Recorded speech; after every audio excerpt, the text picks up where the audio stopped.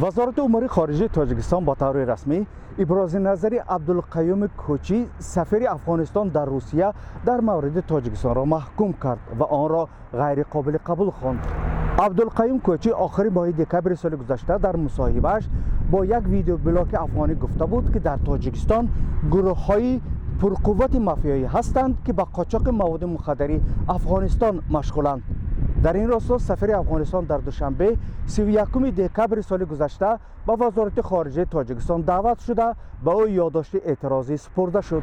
در این یادداشت نگرانی شدید و تعجب جانب تاجیکستان در ارتباط به گزارش تحقیرآمیز سفیر افغانستان در روسیه نسبت به مردم تاجیک و تاجیکستان بیان گردیده است.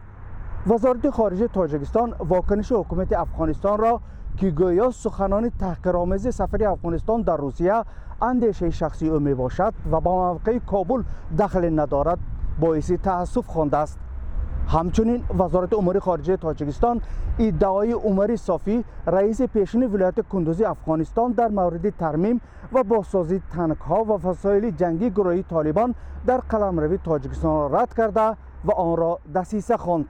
مردان محمد، شهلای عبدالله، آزادی، دوشنبه.